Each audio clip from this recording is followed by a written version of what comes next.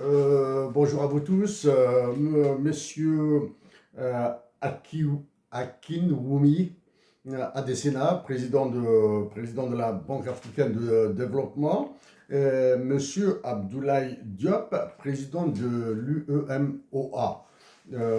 Pour la BAD, c'est la Banque africaine de développement. Pour l'UEMOA, c'est l'Union économique et monétaire ouest-africaine. Je vous ai déjà dit dans une précédente intervention que je reviendrai sur ces organisations internationales interétatiques africaines qui, pour moi, sont des organisations terroristes euh, qui, qui achèvent, qui achèvent les peuples et les nations africaines. Ce qui a attiré mon attention pour revenir juste après une semaine à ma dernière intervention, ce sont deux articles, deux informations assez banales que j'ai vues. La première, elle est publiée par Algérie Presse Service, qui dit BAD, Banque africaine de développement, plus de 6 000 participants attendus aux assemblées annuelles à Abidjan en mai. C'est une dépêche. C'est une dépêche du dimanche 25 mai 2025. Plus de 6 000 participants sont attendus à l'édition 2025 des assemblées annuelles du groupe de la Banque africaine de développement, prévue du 26 au 30 mai à Abidjan, Côte d'Ivoire, sur le thème « Tirer le meilleur parti du capital de l'Afrique pour favoriser son développement ». Ça, c'est pour la Banque africaine de développement. Par contre, pour l'Union économique monétaire ouest-africaine, c'est un papier en anglais. C'est un papier en anglais qui parle de l'appui de capitaux, des tarifs douaniers et de la taxation des ressources naturelles. En particulier, ils disent ce n'est pas le contenu de l'article en lui-même qui m'intéresse, c'est plutôt les sujets traités. Donc le titre de l'article, WEMU, West African Economic Monetary Union, tax officials meet in Togo to address mining sector tax risk. Et il y a deux ou trois chiffres là, qui sont intéressants. In 2023, these revenues accounted for 27.8% of Mali budget and 9.4% of Sénégal. Donc les taxes et les revenus du secteur minier ont compté pour 27,8% dans le budget du Mali, c'est quelque chose de très important, 27,8%, et pour 9,4% du Sénégal. Au Togo, c'est 2%. Donc, c'est plutôt la taxation. La taxation, c'est le sujet traité qui m'intéresse. D'abord, pour faire en sorte que mes intimes, que mes compatriotes d'Algérie et même d'Afrique maintenant, qui sont débranchés de domaine monétaire, économique, par sur le marché en Afrique, pour qu'ils soient, pour qu'ils comprennent un peu mieux ce que je dirais, j'éviterai des formes pompeuses ou quelque chose comme ça. Hein. Je vais essayer d'être très simple, hein, c'est-à-dire faire un petit peu dans le baratin, comme vous le faites. Première question, premier questionnement. Premier questionnement. Pour moi, quand j'ai lu des rapports, quand j'ai ramené des données plus sérieuses, extraites plus rapidement euh, des centres d'information de la bibliothèque de l'Université de Montréal samedi passé. Je suis tombé sur des chiffres qui concernent l'Afrique, bien sûr. J'en ai ramené, j'en ai ramené quelques-unes. J'en ai ramené quelques-unes. Je veux vous dire, messieurs les présidents de la Banque africaine de développement, président de l'Union économique et monétaire ouest-africaine, qu'aborder ce genre de problème en Afrique est assez difficile, très difficile même, à cause du manque d'information, à cause du manque de transparence, à cause des mensonges qui circulent et surtout de l'intoxication. Vous bénéficiez d'une impunité totale. En tant qu'organisation internationale interétatique africaine, vous bénéficiez d'une impunité totale parce que l'Afrique est un continent de pays sous-développés.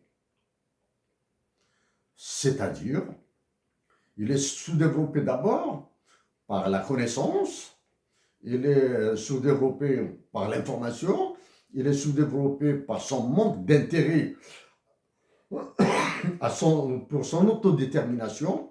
Ça, c'est tout le continent africain. Hein. Tous les États africains sont inconscients, ils nagent approximativement et sont soumis à toutes les pressions, soumis à toutes les pressions qu'ils exécutent rapidement. Avant de vous adresser à vous, ce matin, j'ai échangé avec un intime, un frère à moi, qui habite Amsterdam actuellement, et un autre, un intime, qui habite actuellement en Espagne.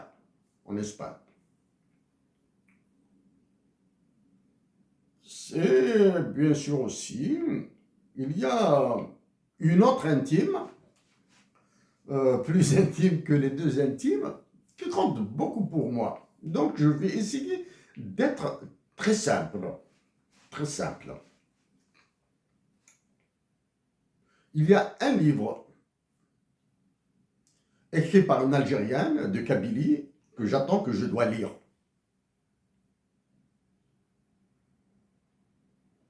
Un livre de la littérature.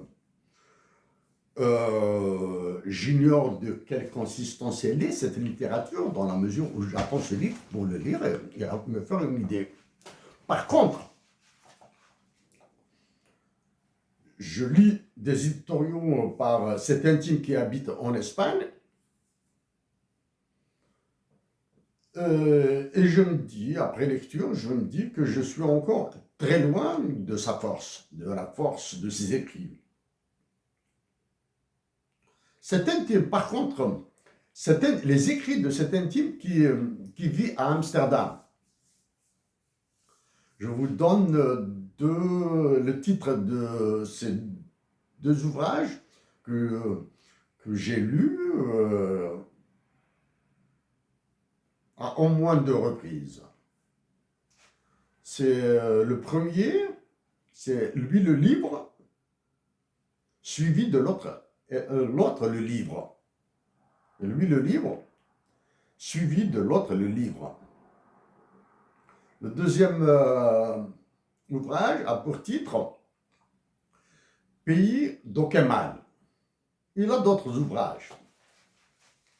Il a publié en France et ailleurs. Ces deux ouvrages, pour moi, sont plus complexes à comprendre que ce qu'il y a dans ce livre. Fixed Income Mathematics. C'est un livre qui traite de la titrisation, hein? Les EBS, CDS, etc., hein? MBS, etc., titrisation. Ce livre est ennuyeux, C'est un livre qui ennuie. Quand on le lit, il ennuie. Mais on peut comprendre. Sauf que les intimes dont je vous ai parlé vont s'énerver en lisant ce livre. C'est un peu de mathématiques, un peu tordu, et pourtant, si elles arrivent à s'en passer des équations de mathématiques qu'il y a dedans, mais elles sont surprises par le niveau de sophistication de certains mécanismes dans le domaine de la finance et la monétique et la monnaie internationale. Hein, la monnaie internationale. Pour l'éditorialiste que je lis, il s'appelle Kasselim. Il s'appelle Kasselim. Sur le web, vous allez trouver ces éditoriaux, ben, vous pouvez jeter un coup d'œil. Pour l'auteur de Lui le livre et Pays d'aucun mal, il s'appelle Mahdi Achachor. Ben, il m'a rendu la vie un peu complexe avec Lui le livre et Pays d'aucun mal. Je vais essayer de lui rendre la vie moins complexe avec ce que sur les sujets que j'aborderai. Donc, à vous, messieurs les présidents de l'Union économique monétaire ouest-africaine et de la Banque africaine de développement, question simple. Vous arrive-t-il de penser que vous dirigez des organisations criminelles? Criminelles dans le sens où elles accélèrent le sous-développement de l'Afrique, qu'elles sont incapables d'améliorer le sort des Africains, qu'elles participent à la dilapidation des richesses naturelles de toutes les Africaines et de tous les Africains. Ça, c'est la question. Vous arrive-t-il d'y penser? D'y penser que vous êtes des dirigeants d'organisations criminelles?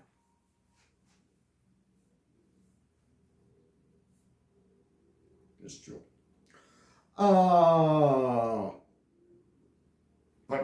Peu importe maintenant, hein, qu'il s'agisse de la Banque africaine de développement, de l'Union économique et monétaire ouest-africaine, de la Banque centrale des États de l'Afrique de l'Ouest, de la CEDEAO, de l'Union monétaire ouest-africaine, peu importe, toutes ces organisations-là hein, ont été des organisations installées grâce à l'indépendance qui vous a été offerte par l'Algérie. Je précise mes mots. Les révolutionnaires algériens, les maquisards algériens, aidés par des étrangers, comme François Fanon, comme Daniel Mine, comme Maurice Audin, des Français, ont aidé les révolutionnaires et les maquisards algériens à arracher leur indépendance.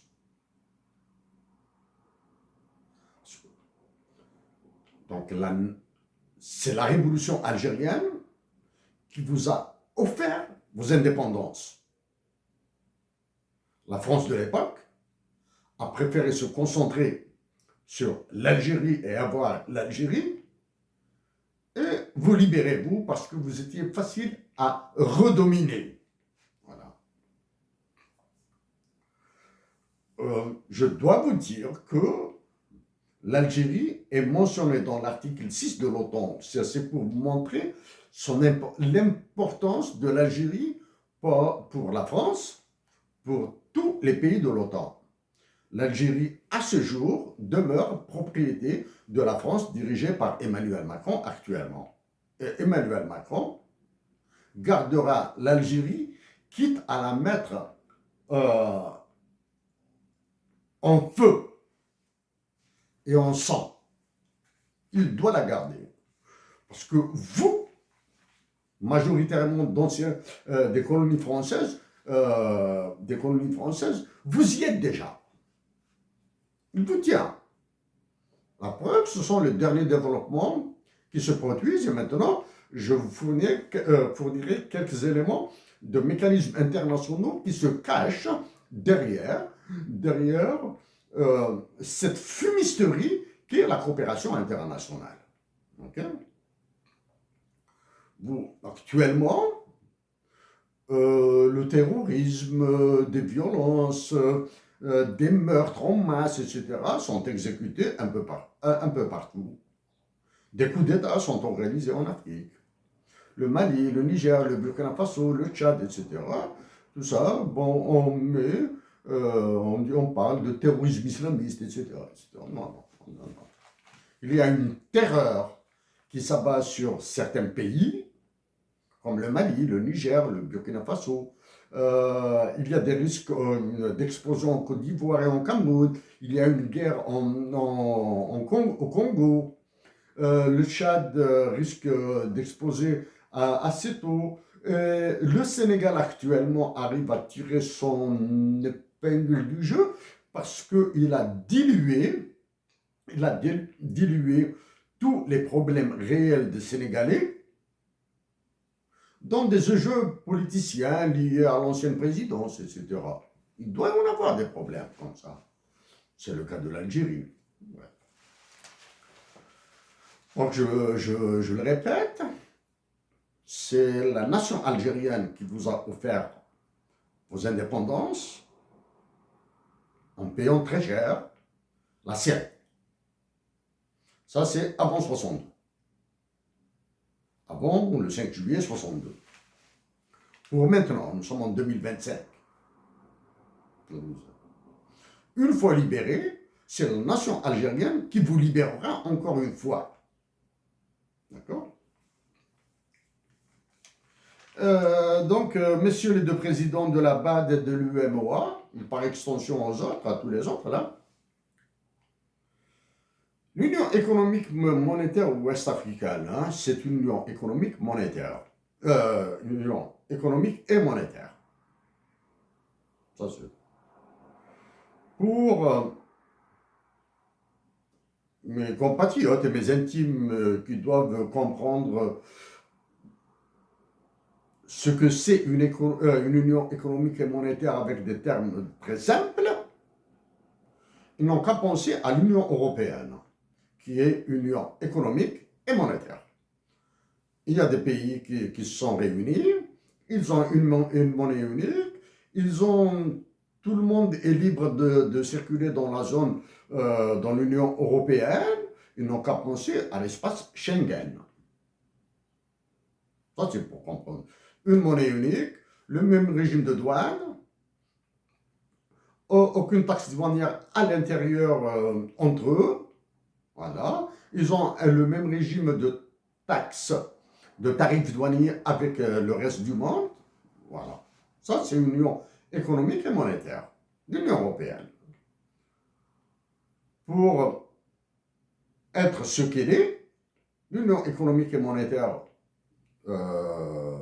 européenne a commencé le travail depuis 1958. Par contre, en Afrique,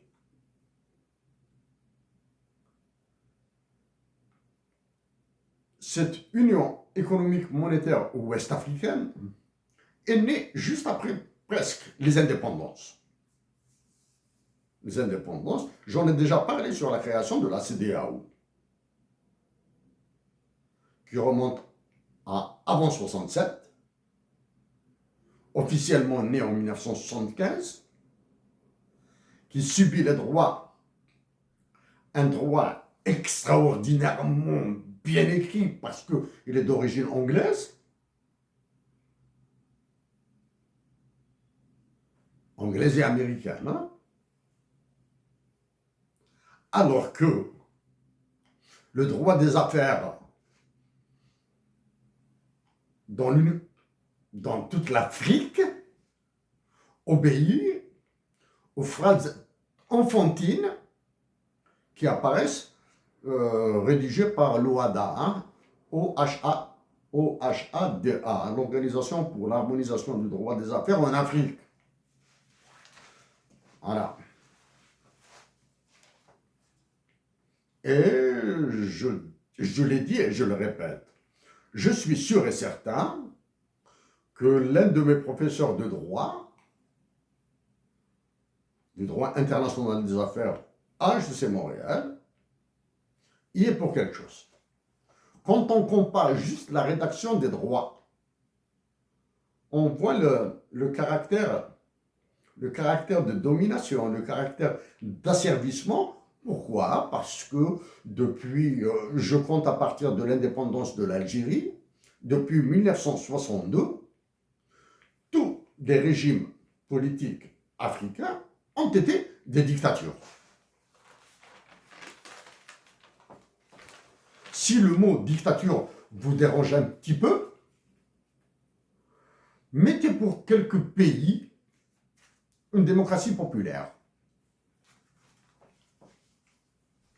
Une démocratie populaire, pour être plus clair, c'est une dictature.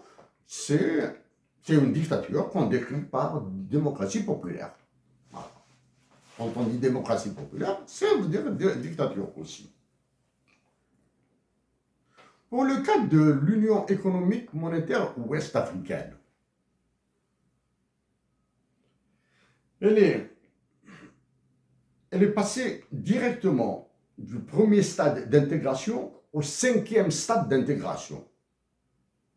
Elle est passée outre les associations de commerce préférentielles, elle est passée outre une zone de libre-échange, elle est passée outre l'union douanière, elle est passée outre marché commun, elle est allée directement union économique et monétaire.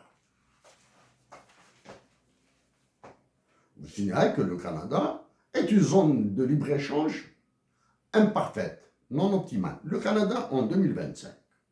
Suivez l'information et vous allez voir les problèmes qui vont apparaître. OK?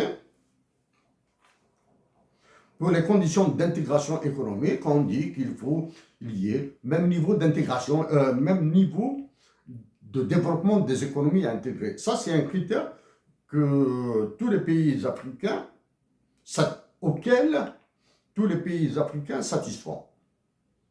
Sont tous sous-développés. Donc, en termes de niveau, ils sont au même niveau. Mais si on ajoute l'autre facteur qui est la proximité géographique, oui, l'Algérie est très proche du Maroc, de la Tunisie, du Mali, du Niger, de la Mauritanie. Elle commence à s'éloigner un peu plus du Tchad. Une autre fois, je reviendrai sur ce droit d'accès à la mer, à l'Atlantique, accordé par le Maroc, le roi du Maroc et certains pays, et pas l'Algérie. Bon. Donc, la proximité géographique, ça c'est d'un point de vue théorique. Oui, on le satisfait. Les pays d'Afrique centrale, oui, sont très proches. Puis ils sont petits, le Bénin, la République centrafricaine, d'un point de vue taille, ils sont petits. Donc les distances sont réduites. Mais est-ce que c'est un facteur d'intégration économique? Non, parce que le transport, les moyens de transport n'existent pas. Les termes de l'échange, ce qu'ils doivent échanger, mis à part tout ce qui est les produits mafieux, il y a les produits mafieux, probablement un peu de coton, un peu de café par-ci et par-là, rien d'autre. Okay? Est-ce qu'il y a des compatibilités des valeurs culturelles, sociales et culturelles? Pour les valeurs sociales et culturelles, je réponds par oui. Pour les politiques économiques, non. Parce que vous n'avez aucune souveraineté. Vous avez bradé votre souveraineté, vous l'avez donnée à la France. Du moins, vous l'avez donnée à la France. La France d'Emmanuel Macron vous a tout pris. Actuellement. L'autre information qui m'a surpris, le forum pour la Banque africaine de développement, là, du 25 mai, 26 mai jusqu'à la fin du mois, va ramasser 6000 personnes. 6 000 personnes d'après la dépêche d'Algérie Presse Service. Hein. 6 000 personnes. Est-ce que la Banque africaine de développement est aussi importante que Goldman Sachs?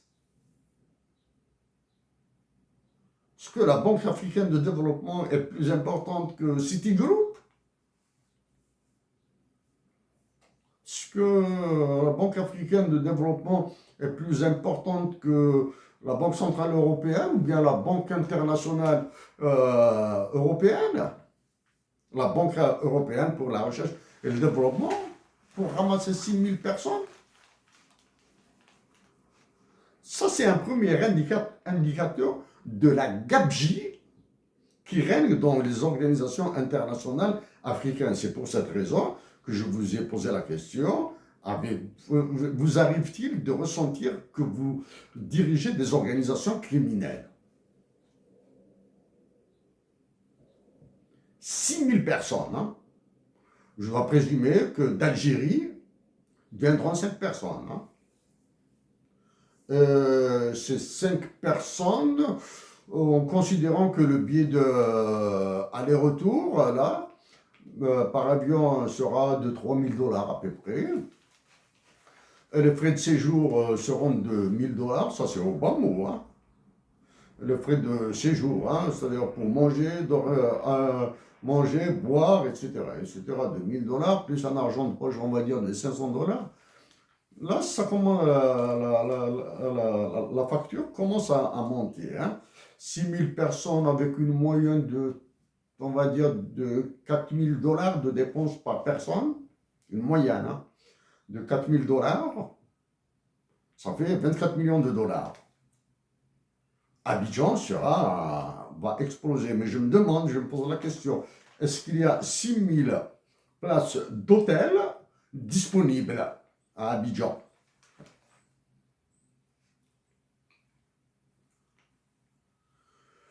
Quand est-ce que je vous ai dit que l'indépendance algérienne, les révolutionnaires algériens plutôt, hein, les révolutionnaires algériens et les maquisards algériens, hommes et femmes, vous ont offert l'indépendance? Quand est-ce que certains pays africains ont rejoint le GATT, qui est l'ancêtre de l'OMC? Le Bénin en 1963, le Burkina Faso 1963, la Côte d'Ivoire 1963, le Mali 1993, le Niger 1963, le Sénégal 1963, le Togo 1964. En 1963-64, l'Algérie a décidé de se doter, du moins l'État algérien s'est doté d'une banque centrale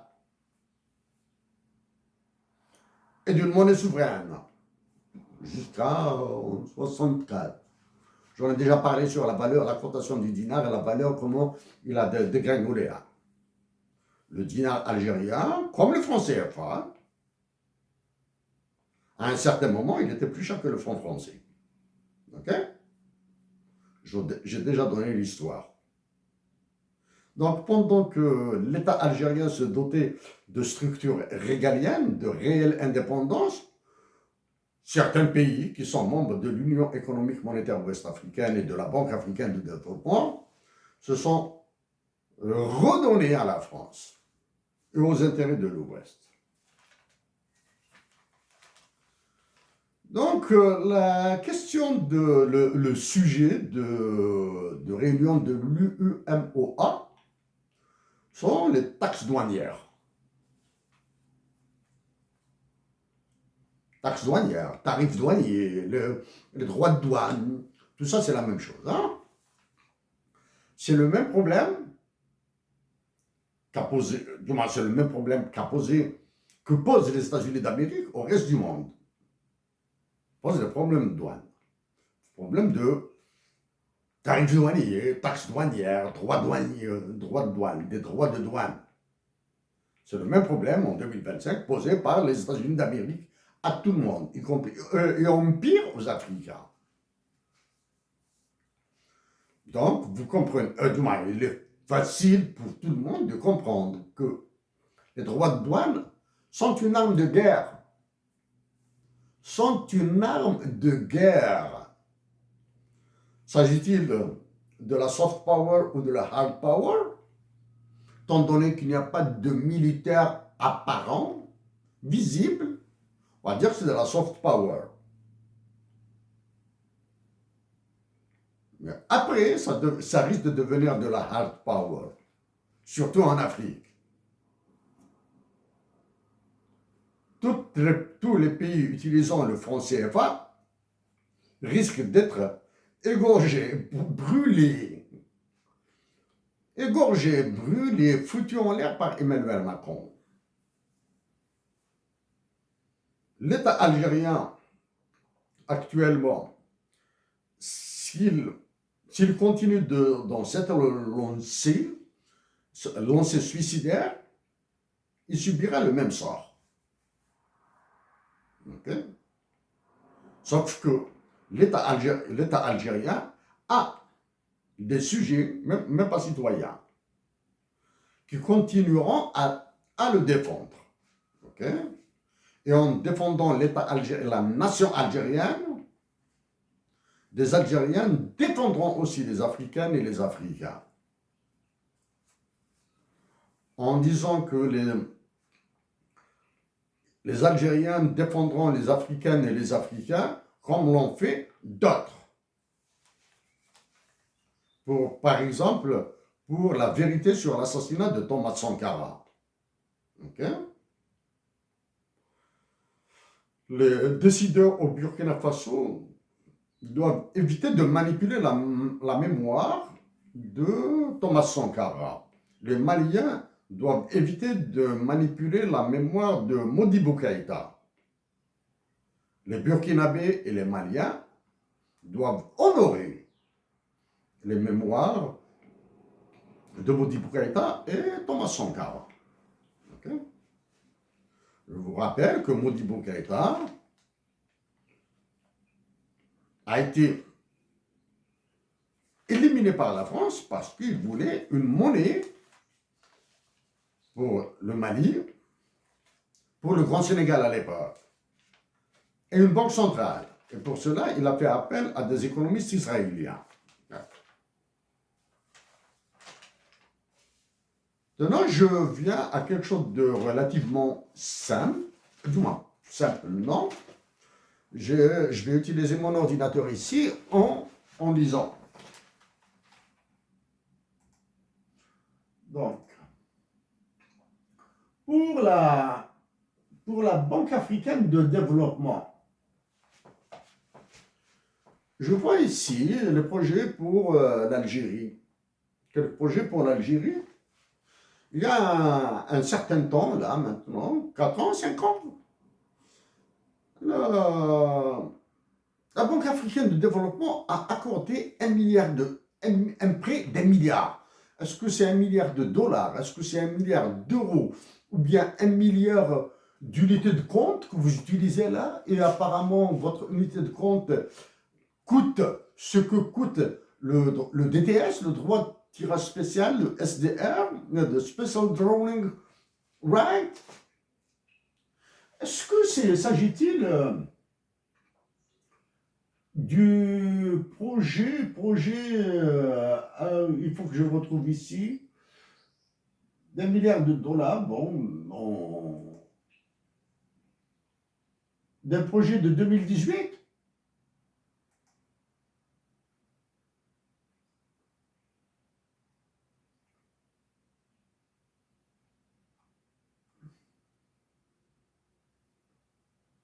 Vous avez accordé un prix de...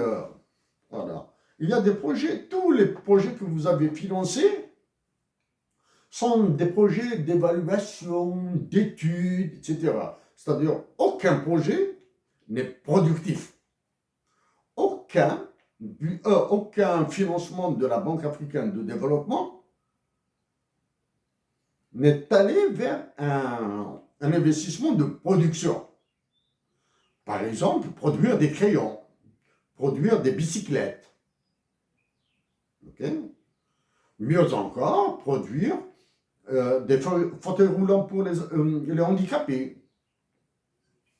Donc, sont allés faire des études. J'ai dit à propos de la Banque africaine de développement, elle est un canal de corruption. C'est la preuve. Aussi,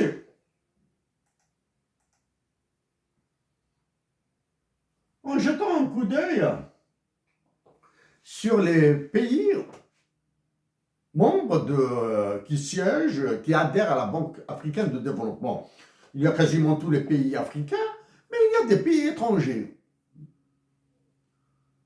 L'Argentine est membre ou partenaire de la Banque africaine de développement. Que peut vous donner l'Argentine?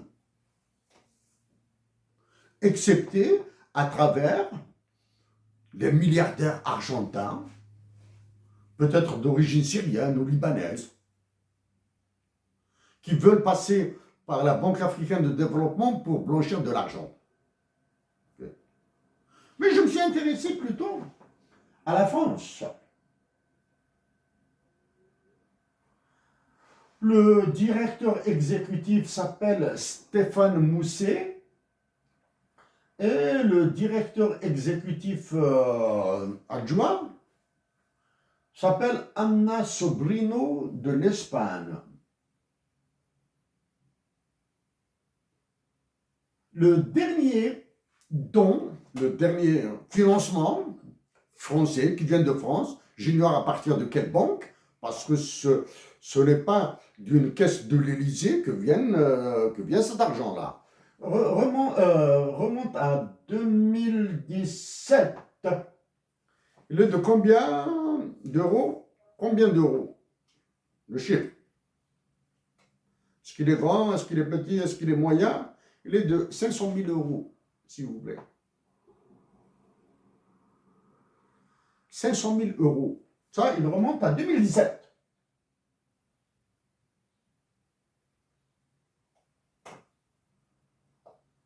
« 500 000 euros. Et vous continuez à dire qu'Emmanuel Macron vous aime. Parce que quelque part sur votre site internet, vous l'avez dit là, hein, qu'Emmanuel Macron vous aime. On va essayer peut-être que maintenant, on va dire l'Irlande. «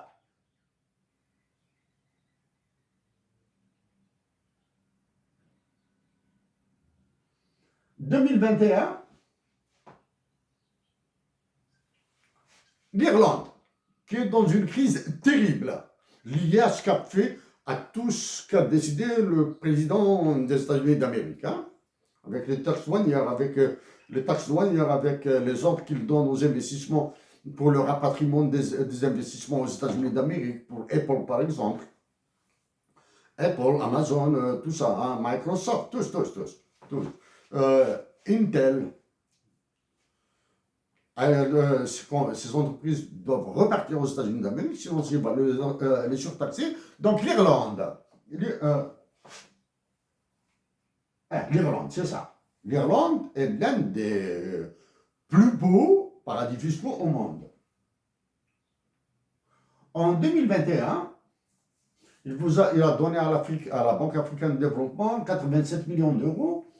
Et en 2022, il a donné 121 millions d'euros. Et pour 2025, il s'est engagé, l'Irlande s'est engagée. L'Irlande, je dis comme ça, hein, parce que rien n'est.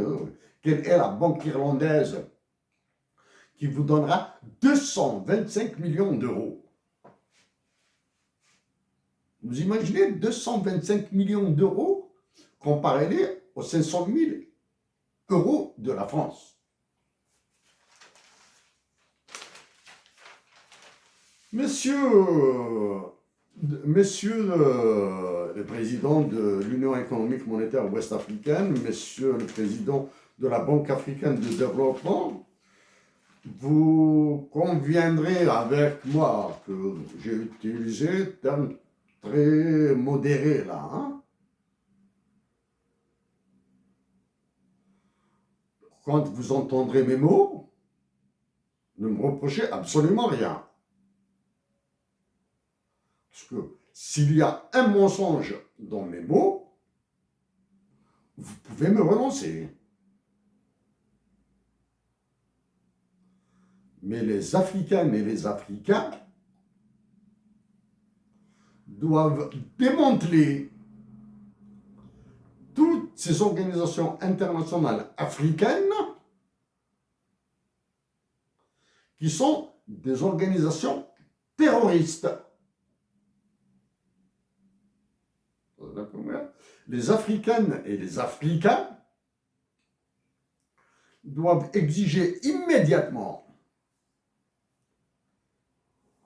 une nouvelle monnaie souveraine. Comme ça, vous serez libre. Libre de faire les conneries que vous voulez les faire. Mais vous les allez les faire avec votre monnaie, en ayant vos politiques monétaires, en ayant vos politiques budgétaires. Quelles sont? La Tunisie, l'Algérie vient d'avoir un prêt de la banque, un financement de la Banque islamique de développement que je traiterai après. Il s'agit de mon pays. Là, parce que avec ce financement de la Banque islamique de développement, allez, avec le fonds nous allons aller dans le fond des hedge funds, de la spéculation, etc., et de tordre le cou à la pratique, à certaines pratiques de la finance islamique. Hein. C'est un musulman qui vous parle. Certaines pratiques, hein, la finance islamique est appliquée au Canada. Du moins, il y a des banques, du moins des fonds d'investissement spécialisés en finance islamique. Hein. Ça existe ici au Canada. Ouais. Donc les Africaines et les Africains doivent crier maintenant, exiger pacifiquement des monnaies qui leur sont propres. C'est difficile à mettre en œuvre? Oui. Et pourtant, prenez l'exemple de la révolution algérienne. Indépendance le 5 juillet 1962, 5 juillet 1963, 1er janvier 1964, la Banque centrale d'Algérie est née. Même pas, hein? Même une année et demie. Ça veut dire que c'est une année et demie après l'indépendance. C'est là où c'est l'un des facteurs de la grandeur de la révolution algérienne que certains imbéciles et crétins critiquent maintenant. Certains imbéciles et crétins qui donnent de la voix à certains Français, là, comme Briancourt et autres de cocolas de la presse, etc. Donc, le Sénégal, le Premier ministre du Sénégal, Ousmane Sonko, le président du Sénégal, doivent s'arranger soit pour partir à Alger, soit faire venir ceux d'Alger à Dakar. D'accord? Donc, le Premier ministre du Sénégal, Ousmane Sonko, le président du Sénégal, Bassirou Diomaye Faye, doivent aller à Alger le plus tôt possible, ou bien inviter ceux d'Alger le plus tôt possible, qu'ils fassent une déclaration solennelle et officielle qu'ils cesseront toute activité, toute action nuisible au Burkina Faso, au Mali et au Niger. Ils doivent les cesser.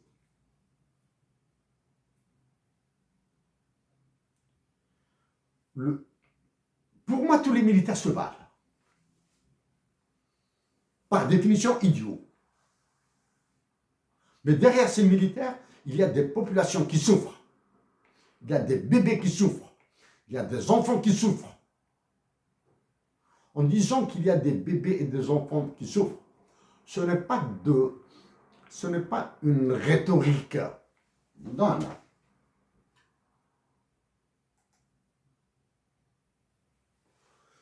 dans the Statistics Yearbook de la Banque africaine de développement, hein, dans l'annuaire statistique de la Banque africaine de développement, le dernier disponible, dans le cadre de mon pays uniquement. En 2020, 13,3% de la population vit dans des slums. Slums, c'est les bidonvilles, ou les taudis. Okay? 4% de la population en 2020, d'après les statistiques. 4% de la population algérienne vit avec moins de 3,65 $ par jour. À ceux qui ont fait cet annuaire statistique, d'abord, il est mal foutu. Ça, c'est la première. Deuxièmement, il y a trop de fautes. Below $3.65 a day, below, juste en dessous, moins de 3,2 $, par jour. C'est quoi ça, là, les chiffres, là? Les colonnes sont inversées, là. Ces données, c'est un rapport de 304 pages. Premièrement, il est en PDF.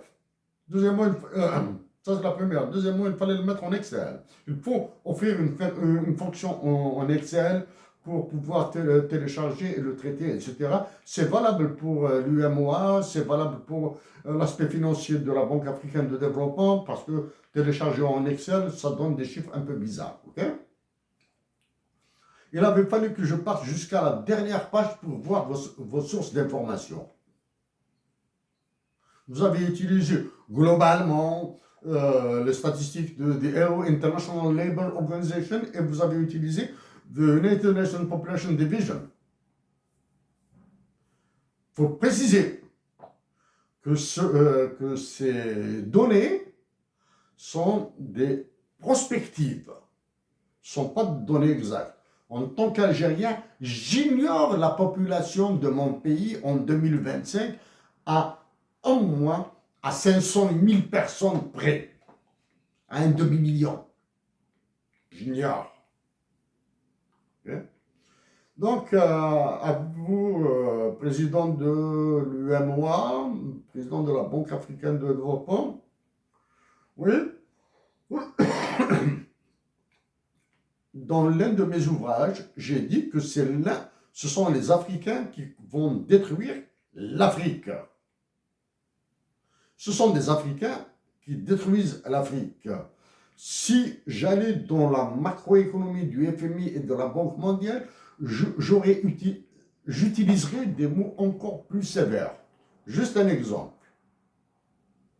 Quand vous partez au FMI et à la Banque mondiale et que vous allez trouver des complices à l'intérieur de la Banque mondiale et du Fonds monétaire international, des Africains qui vivent aux États-Unis d'Amérique, etc., ils peuvent vous ordonner d'ouvrir un secteur économique bien particulier.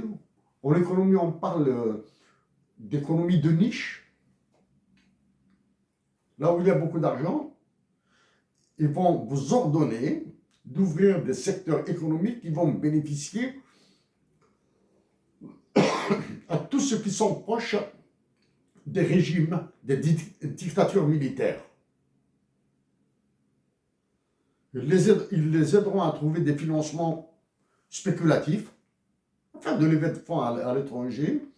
À travers ça, c'est pour vous corrompre le plus, vous corrompre encore plus. Donc, à vous tous, chers compatriotes africaines et africains, vous devez vous réveiller et réveillez-vous dans la paix. Évitez la violence. Évitez la violence, évitez la violence.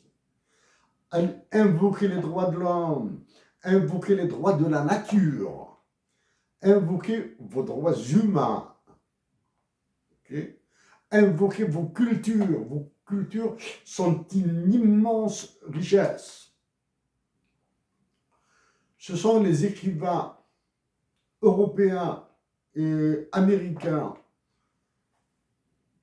qui vous défendent mieux que vos dirigeants, qui profitent par exemple de l'absence d'Internet dans vos pays. C'est malheureux, mais c'est ainsi. Avec tout mon cœur d'Algérien, pour vous tous. Merci.